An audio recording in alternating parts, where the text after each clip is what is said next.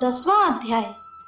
श्री कृष्ण बोले, हे महाबाहो, फिर भी मेरे परम रहस्य और प्रभाव युक्त वचन को सुन, जिसे मैं तुझ अतिशय प्रेम रखने वाले के लिए हित की इच्छा से कहूंगा। मेरी उत्पत्ति को अर्थात लीला से प्रकट होने को ना देवता लोग जानते हैं और ना महर्षि जन ही जानते हैं, क्योंकि मैं सब प्रकार से देवताओं का और महर्षियों का भी आदि कारण हूँ। जो मुझको अजन्मा अर्थात वास्तव में जन्म रहित, अनादि और लोकों का महान ईश्वर तत्व से जानता है, वह मनुष्यों में ज्ञानवान पुरुष संपूर्ण पापों से मुक्त हो जाता है। निश्चय करने की शक्ति, यथार्थ ज्ञान, असंगूढ़ता, क्षमा, सत्य, इंद्रियों का वश में करना, मन का निग्रह तथा सुख दुख, उत्पत्ति प्रलय और भय अभय तथा अहिंसा, समता, संतोष, तप, दान, कीर्ति और अपकीर्ति, ऐसे ये प्राणियों के नाना प्रकार के भाव मुझसे ही होते हैं। 7 महर्षि जन, 4 उनसे भी पूर्व में होने वाले सनक आदि तथा स्वयंभू आदि 14 मनु, ये मुझ में भाव वाले सब के सब मेरे संकल्प से उत्पन्न हुए हैं, जिनकी संसार में यह संपूर्ण प्रजा है।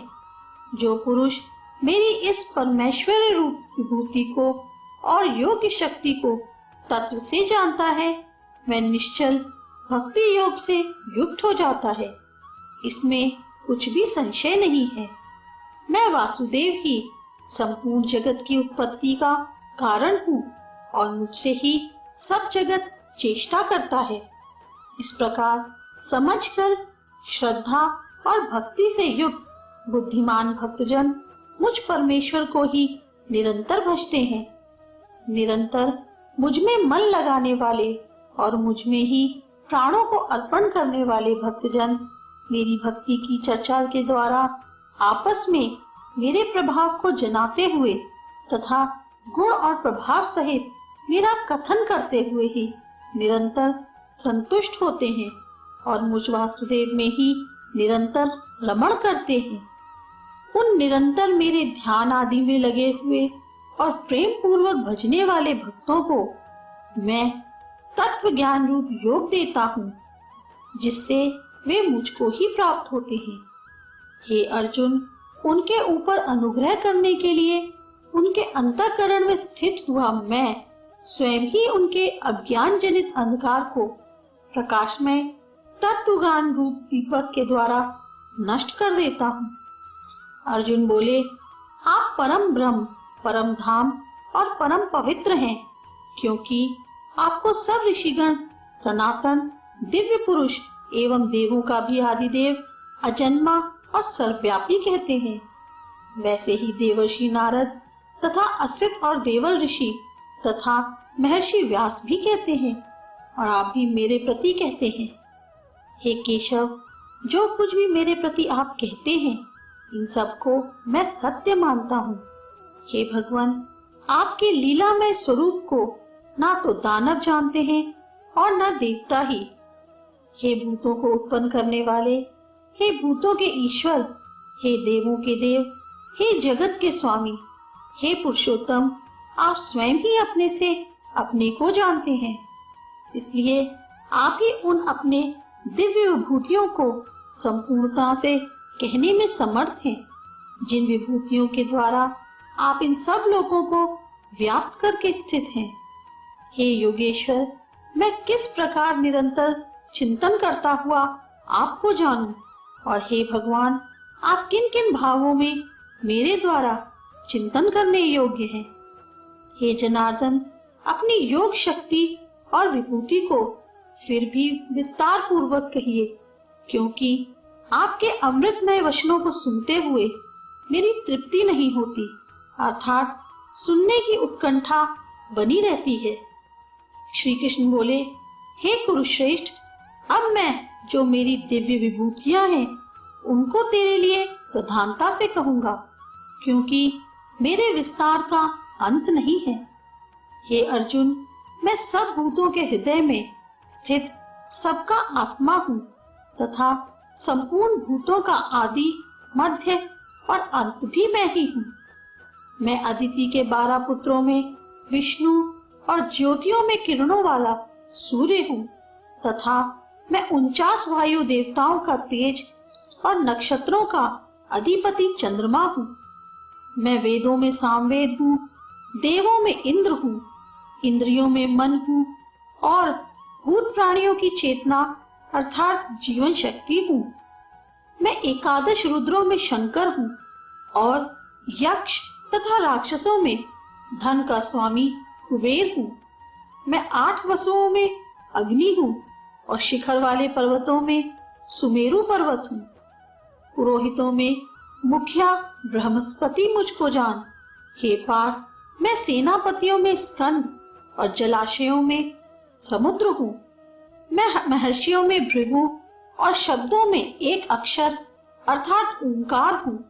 सब प्रकार के यज्ञों में जप यज्ञ और स्थिर रहने वालों में हिमालय पहाड़ हूँ। मैं सब वृक्षों में पीपल का वृक्ष, देवर्षियों में नारद मुनि, गंधर्वों में चित्ररथ और सिद्धों में कपिल मुनि हूँ। घोड़ों में अमृत के साथ उत्पन्न होने वाला उच्चैश्रवा नामक घोड़ा, श्रेष्ठ हाथियों में ऐरावत नामक हाथी और मनुष्यों में राजा मुझको जान। मैं शास्त्रों में वज्र और गौओं में कामधेनु हूँ। शास्त्रोक्त प्रीति से संतान की उत्पत्ति का हेतु कामदेव हूँ और सर्पों में सर्पराज वासुकी हूँ। मैं नागों में शेषनाग और जलचरों का अधिपति वरुण देवता हूँ और पितरों में अयरमा नामक पितर तथा शासन करने वालों में यमराज में हूँ। मैं दैत्यों में प्रहलाद और गणना करने वालों का समय हूँ तथा पशुओं में मृगराज सिंह और पक्षियों में मैं गरुड़ हूँ। मैं पवित्र करने वालों में वायु और शस्त्रधारियों में श्री राम हूँ तथा मछलियों में मगर हूँ और नदियों में श्री भागीरथी गंगा जी हूँ। हे अर्जुन, सृष्टियों का आदि और अंत तथा मध्य भी मैं ही हूँ। मैं विद्याओं में अध्यात्म विद्या अर्थात ब्रह्म विद्या और परस्पर विवाद करने वालों का तत्व निर्णय करने के लिए किए जाने वाला वाद हूँ। मैं अक्षरों में अकार हूँ और समासों में द्वंद नामक समास हूँ। अक्षय काल अर्थात काल का भी महाकाल तथा सब और मुख वाला विराट स्वरूप सबका धारण पोषण करने वाला भी मैं ही हूँ। मैं सबका नाश करने वाला मृत्यु और उत्पन्न होने वालों का उत्पत्ति हेतु हूँ तथा स्त्रियों में कीर्ति, श्री, वाक, स्मृति, मेधा, धृति और क्षमा हूँ तथा गायन करने योग्य श्रुतियों में मैं ब्रह्म साम और छंदों में गायत्री छंद हूँ तथा महीनों में मार्गशीर्ष और ऋतुओं में वसंत मैं हूँ। मैं छल करने वालों में जुआ और प्रभावशाली पुरुषों का प्रभाव हूँ। मैं जीतने वालों का विजय हूँ, निश्चय करने वालों का निश्चय और सात्विक पुरुषों का सात्विक भाव हूँ। वृषवंशियों में वसुदेव अर्थात मैं स्वयं तेरा सखा, पांडवों में धनंजय अर्थात तू, मुनियों में वेदव्यास और कवियों में शुक्राचार्य कवि भी मैं ही हूँ।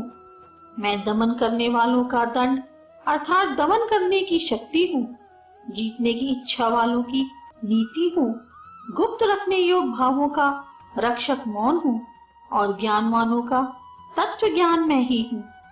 और हे अर्जुन, जो सब भूतों की उत्पत्ति का कारण है वह भी मैं ही हूँ, क्योंकि ऐसा चर और अचर कोई भी भूत नहीं है जो मुझसे रहित हो।